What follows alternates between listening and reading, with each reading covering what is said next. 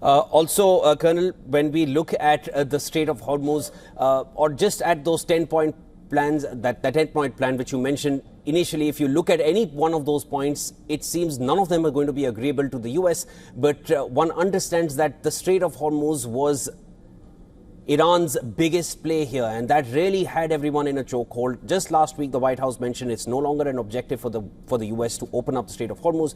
Little over 24 hours ago, Donald Trump mentions that this is it's a top priority for the US. They can't exit without the Strait of Hormuz. It also is a symbolic win of sorts, apart from the fuel pumps where it is affecting. And we understand that the prices of gas have also gone up in the US. So understandably, it is affecting the US too, just like all other parts of the world.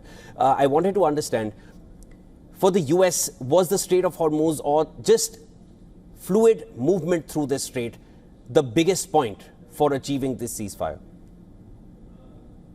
I think the Strait of Hormuz, so first of all, in terms of negotiations, sometimes small word differences matter. And I'm not an expert in the Persian language, so I don't know the difference between the words for control and coordinate. But what the Iranians have said is that we will allow free passage under the control of the Iranian military, right? So if the United States comes in and says, well, we'll coordinate with Iran because it has military force in the region and shipping will flow in coordination with Iran. But the Iranians say, well, under our control, a controlled passage will occur. That's an interesting linguistic trick. Negotiators may be able to make that same thing true in both the Persian and in the English languages. But in terms of how that stacks up with the other war goals, look, the big aim here for Trump is that Iran abandon its weaponization program for nuclear material, that there's no need, if it's pursuing nuclear energy, to have anything enriched over 20%. The 60% and the 440 kilograms that are reportedly at that level are clearly pursuant to a nuclear weapons program. That has to stop. Trump will not accept an understanding or a linguistic trick on the Strait of Hormuz and allow that to move forward. So I'm certain that what we're dealing with here is 10 points that are publicly announced and publicly discussed by both sides. But if there's either a secret protocol or 10 points that are really the negotiating text, one of them will be the end of that nuclear weapons program. Otherwise, Trump will continue to press on this and more attacks will come. And frankly, I think he'll have the support, having done the negotiating and giving another opportunity for peace, he'll have support still in the U.S. to continue attacks if the Iranians stick to that weapons program. Colonel, stay with us. Let me go over to my colleague, Susan. Susan, there are more reports suggesting now that U.S. officials have told media that the Trump administration is preparing for potential in-person negotiations, talks likely to involve Vice President J.D. Vance, Trump's special envoy Steve Witkoff, Jared Kushner, and they're expected to attend. These talks may happen in Islamabad later in the week with the Iranians. Now, this is top U.S. brass coming to the table. That seems to show great intent now to finally achieve something in these next 2 weeks. How do you read it? Yeah, I think, we'll see if this happens, but the idea of an in-person talk in Pakistan might be mainly about creating a neutral channel between Washington and Tehran, where, considering that the United States and Iran don't have diplomatic relations, and negotiations happen through intermediaries, and Pakistan seems to have stepped up here because it has a working relationship with both sides. It seems that, that would be a likely place. You have to look at why Pakistan, it maintains ties with the United States through security and military cooperation to a certain extent, although many Americans are weary of Pakistan and its relationship with the United States and how it has acted previously. There's a lot of mistrust. And then Pakistan, of course, maintains ties with Iran through its regional diplomacy and its shared border. So, for now, it appears that it makes this country a country that both sides can talk through without appearing to concede politically, for a lack of a better phrase. Understood. Colonel, I'll come back to you. Do you find the negotiations, there's going to be greater intent in these negotiations to arrive? Because till now, even last year when we saw the 12-day war start off, that started in the midst of diplomacy or diplomatic talks. This year, same thing happened with lesser number of diplomatic talks taking place. I think we were done with 3 rounds. The 4th round was scheduled days later, and then Feb 28th happened, those attacks were started, which the US called preemptive strikes, or the US-Israeli sides called preemptive strikes. I wanted to understand, now that they've seen 6 weeks of war with Iran and what they can achieve by blocking that Strait of Hormuz, is there now going to be greater intent in arriving at a conclusion so that this situation does not arise again? Well, my impression of the Iranian negotiating strategy over the last 30 years has been to maintain strategic ambiguity while they're building capacity and capabilities, and to indicate willingness to talk and to hint at concessions and never truly make concessions. The question with the Iranians is never how much have we talked, how many rounds of conversation have we had, and how genuine is the intent on the side of the West. The question is always, what's their pain level, right? So the Iranians benefit, in their view, from the strategic ambiguity.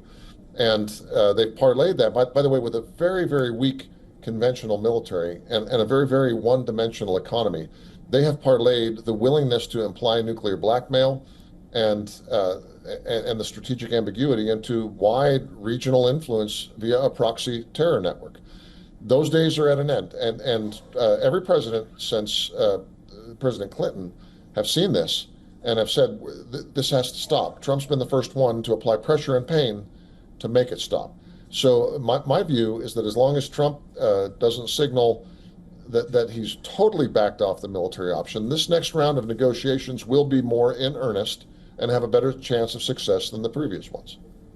And just as we were speaking, Colonel, there are reports now suggesting that oil has slumped below $100 as Iran agrees to open the Strait of Hormuz. So this is definitely going to be good news for everyone who consumes oil. Let me just leave it there. And also, if we were to just look at the Gulf region, how has the Gulf region and the dynamics in that entire region, I'm talking about within West Asia, how would you feel those dynamics would have changed in the course of these last 6 weeks just by the sheer velocity of attacks from the Iranian side and how they were able to maintain those attacks across all these countries?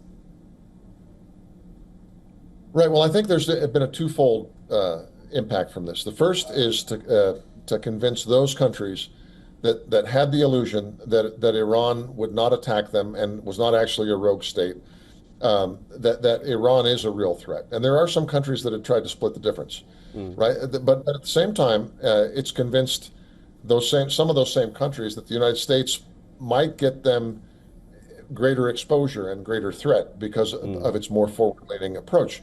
I think both of these lead towards a greater cooperation and collaboration among the regional states in mutual defense.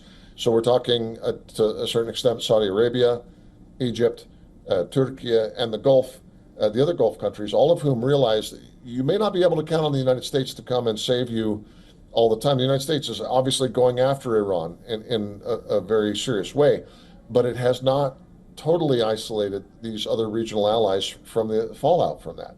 So I think the result of this round of fighting has been that the regional countries are frankly convinced that they have to be protected against American insensitivity to their concerns and Iranian direct willingness to attack them. And that's going to stimulate regional multilateral defense cooperation. That's going to be the primary outcome of this. It's very interesting you mentioned that, Colonel, and I appreciate you acknowledging this, that there can be a certain lack of trust from the Gulf countries, because there are two ways of looking at it. A, they find, okay, what we felt about Iran, what we've known all this while has been proven. It is a real threat. It's you can consider the nation to be taking rogue steps in going after all these nations in the Gulf. But the other side of it is to look at the US as the core problem here. Because of the US, Iran has carried out these attacks, because that's the stance that Iran has presented. Which way do you feel the Gulf countries are really going to lean when they look back at what happened these last 6 weeks, hoping that hostilities don't arise again? Well, none of them will say that the United States is the core problem, in my view.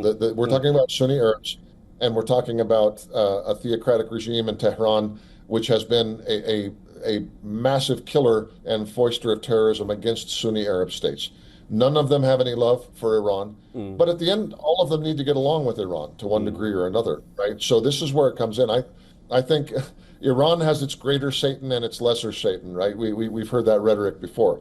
And it's not a Satan that we'll talk about here, but in terms of problem children, I think for the Gulf, Iran is the bigger problem, right? Because they are the disruptive force and the revisionist power. But the United States is a problem too, because it is a friend. But when you have a friend who is sometimes insensitive to your own concerns out of its own pursuit of its own national interests, and that has blowback for you as an ally, sometimes a friend like that can be almost as bad as an enemy, right? So I think for the Gulf, they have a dual problem. They have the more acute problem of Iranian enmity, but they also have the secondary problem of a United States that may not always be able to protect them or take their concerns as seriously as they would want. I take your answer, Colonel Lautsen. Thanks so much for joining us here on the broadcast. Always a pleasure speaking with you and understanding how analysis needs to be taken when we're looking at global affairs, especially in wartime. That was Colonel Lautsen joining us from Washington, D.C. We'll slip into a very short break. Also, a thanks to my colleague Susan, who joined us from New York to get us the latest, giving us an understanding of ground realities as we look at a 2-week ceasefire which now starts. This is WION World is One. This is a rolling coverage of what's happening in West Asia as of now. Stay with us.